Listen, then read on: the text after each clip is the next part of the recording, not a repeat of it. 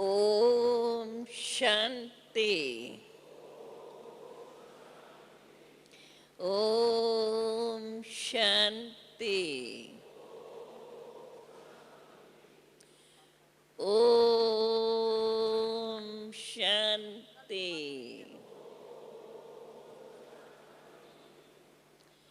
बाबा ने हम बच्चों को जितना ही खुशियों में संपन्न बनाया है, उतना ही फिर जब हमारा स्वरूप ही शांत है और हम शांति के सागर पिता की संतान है, तो दोनों बातों का बैलेंस, अंदर खुशी बनी रहे और खुशी के साथ साथ वह शांति, शांति की शक्ति, वो शक्ति है जो कैसी भी परिस्थिति आवे, परिस्थिति को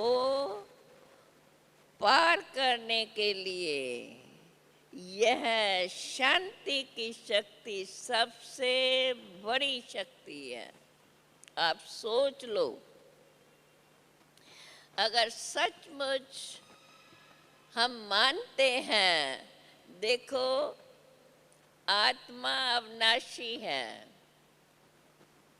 परमात्मा अविनाशी है, अविनाशी पिता का स्वरूप, शांत स्वरूप, शांत स्वरूप होने से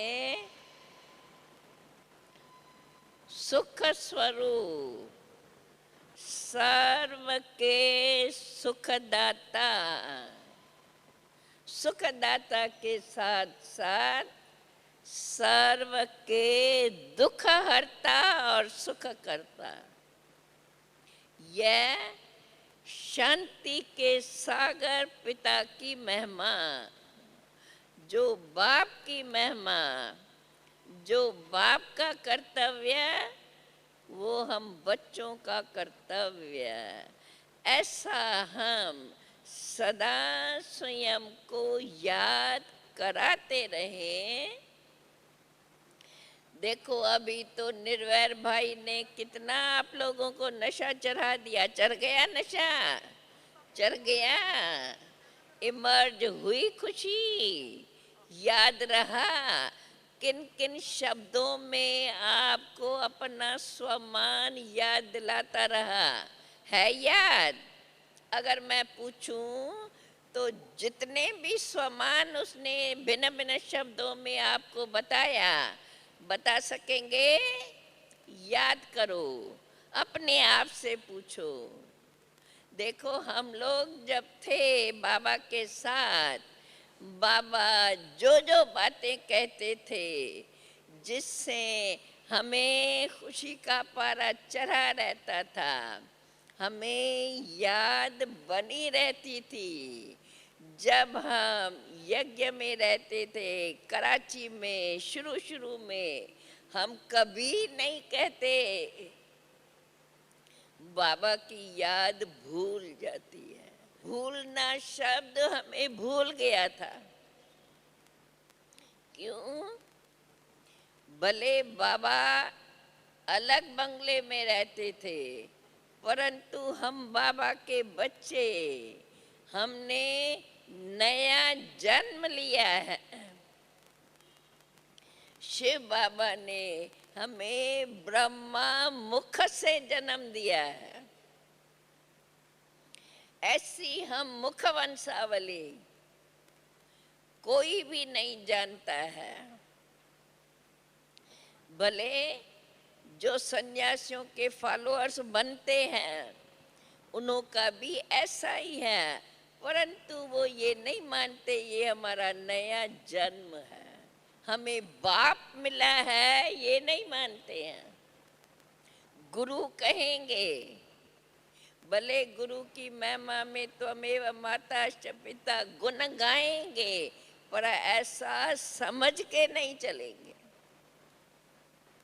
सन्यासी को अपना मात पिता बंधु सखा केवल बाप की ये महिमा है। तो आप सोचो, हम इतने सौभाग्यशाली, पद्मा पदम भाग्यशाली, अभी अगर हम अपने भाग्य और अपने भाग्य के पहले भाग्य विधाता भगवान के जितने हम गुण गाते रहेंगे, देखो अपने अंदर में क्या क्या हम बाबा के गुण गाते हैं, गा सकते हैं। बाप की क्या क्या महिमा, बाप के प्रति कितने ऊंचे ऊंचे महान भावों संपन्न बोल, देखो हमें आता है। हम लोग क्या करते थे, एकांत में बैठ करके जब बाबा को याद करेंगे, जो दिल के अंदर उद्गार बाबा के प्रति आते जाएंगे, वो लिखते जाएंगे, लिखते जाएंगे। जितने उद्गार लिखते थे उतने और बाबा की महिमा याद आती थी, और ऐसे बाबा के महिमा के गुण गाते गाते उसी खुशियों में समा जाते थे, कुछ याद नहीं पड़ता था।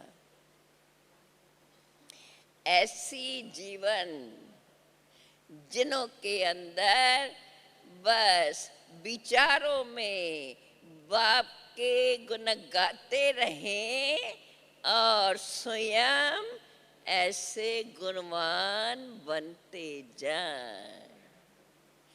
बस सदा हमारे मन के अंदर, सदा हमारी बुद्धि में, सदा हमारे चिंतन में जो बाप की ओरिजिनलिटी है, जो बाप की शक्तियाँ अपने आप सृष्टि में काम करती रहती है।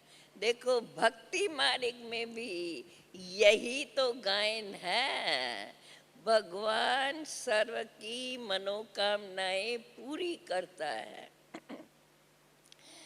जबकि कोई उनको जानता नहीं, कोई ने देखा नहीं, कितने तप करने पर भी कोई बाप को देख नहीं सकते। क्यों? यथार्थ पहचान नहीं। और हम बाबा के बच्चे, बाप ने हमें ढूंढा है, बाप ने हमें अपनाया है, और बाप ने स्मृति दी है, अरे बच्चे कल पहले तुम मेरे पास ही तो आए थे, मैंने तुमको नया जीवन ऐसी दुखमय दुनिया में, ऐसी आसुरी संप्रदाय के बीच में रहते हुए तुम्हें मैंने ढूंढ करके क्या बना दिया, असुरों के बीच मनुष्य से देवता बना दिया। अंदर में याद करो बार बार, देखो क्या क्या बातें याद आती है, अपना अपना एग्जाम लो। ऐसा करने से जो कोई भी इधर उधर के विचार, कोई भी छोटी मोटी बात कभी सप्रिश करती है, जो हमारे विचारों में हलचल करती है, जिस कारण मानते हैं मन तो ऐसा है जो भटकता रहता है, बैठते हैं बाबा की याद में, फिर भी निरंतर नहीं रहती। अभी ऐसे नहीं बोलना, हाँ?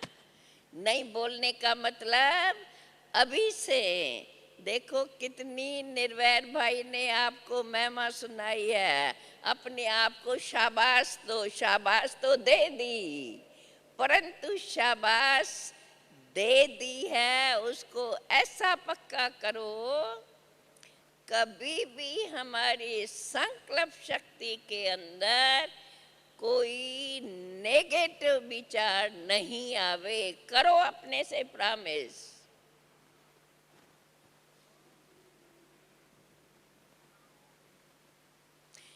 नोट कर लो अपने डायरी में, आज की डेट में बाप दादा के सामने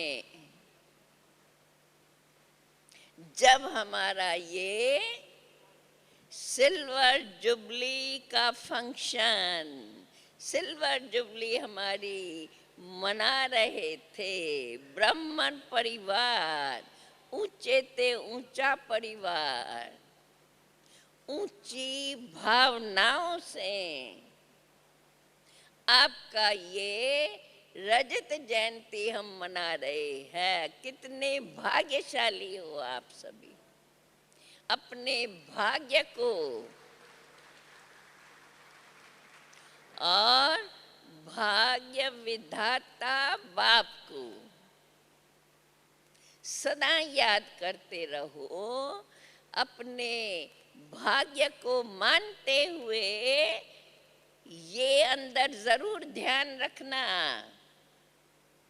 अगर कोई बात में आपको कोई इतना मान न भी दे तो ये नहीं सोचना हमें मान क्यों नहीं मिला।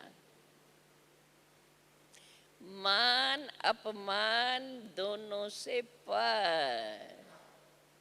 जब बाप ने हमें अपना बच्चा मान लिया, बाप ने हमें स्वर्ग का तखत और ताज दे दिया, भले अभी नहीं दिखाई पड़ता परंतु हमें मिलने वाला है। अभी तो बाप हमारे सामने है, अभी तो सर्वशक्तिवान हमारे साथ हैं। सर्वशक्तिवान ने हमें विश्व के बादशाही का ताज तख्त दे दिया, और क्या चाहिए। हम अपने उस भाग्य को याद करते, अपने बुद्धि के अंदर इतने ऊंच विचार, देखो जितने आपके अंदर ऊंच विचार चलेंगे,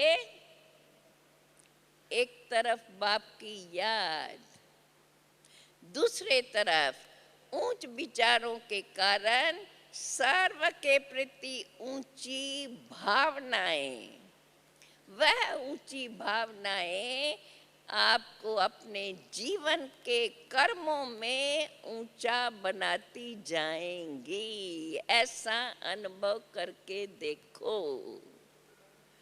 तो अभी तो आपका मिलने का समय पूरा हो रहा है। देखते हो हमारे ऊपर खड़ी है कि कहाँ समय जास्ती न लगा दे। और हमें भी याद है क्योंकि फिर से आपका क्लास होने वाला है और अभी आपको भोजन भी करना है। बहुत समय से बैठे हो, परंतु ये भी देखो केवल आप लोग नहीं बैठते हो, आपके लिए देखो आपको बिठाने के लिए बहनों को भी बैठना पड़ता है। तो आपकी पावर जास्ती हुई या बहनों की। तो देखो आपके कारण आपके साथ बहनें भी बैठी रहती है, इसलिए सदा भाग्य एक तरफ, भाग्य विधाता बाप के गुण गाते रहो, साथ साथ वो गुण गाते अपने विचारों को ऐसा बना दो कभी भी नेगेटिव विचार आपके पास जागृति नहीं हो। जैसे बाप, हम बच्चे क्या थे, कितना हमें ऊंचा उठाया है, खुद को नहीं समझते हैं। और बाप कितना आगे उठाते हैं। इसलिए देखो बाबा बताते हैं ना, थोड़ा समय पहले क्या माताओं को समझते थे, कोई क्षेत्र में आगे नहीं आने देते थे। बाबा ने माताओं को इतना ऊंचा बना दिया, अभी दुनिया के भी हर क्षेत्र में माताएं आगे।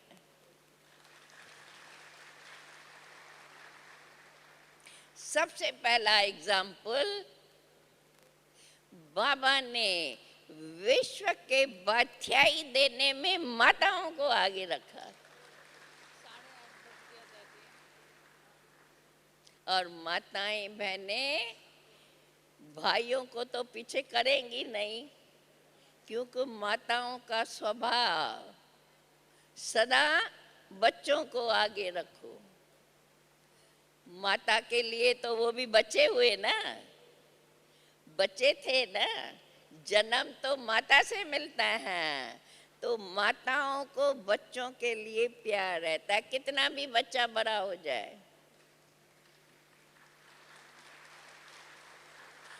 देखो ये सूक्ष्म सूक्ष्म बातें, महीन महीन बातें जो अनादि है, बाप ने हमारी बुद्धि को ऐसा बना दिया है। आज की मुरली याद है अव्यक्त बाबा की, महीनता और महानता। ओम शांति।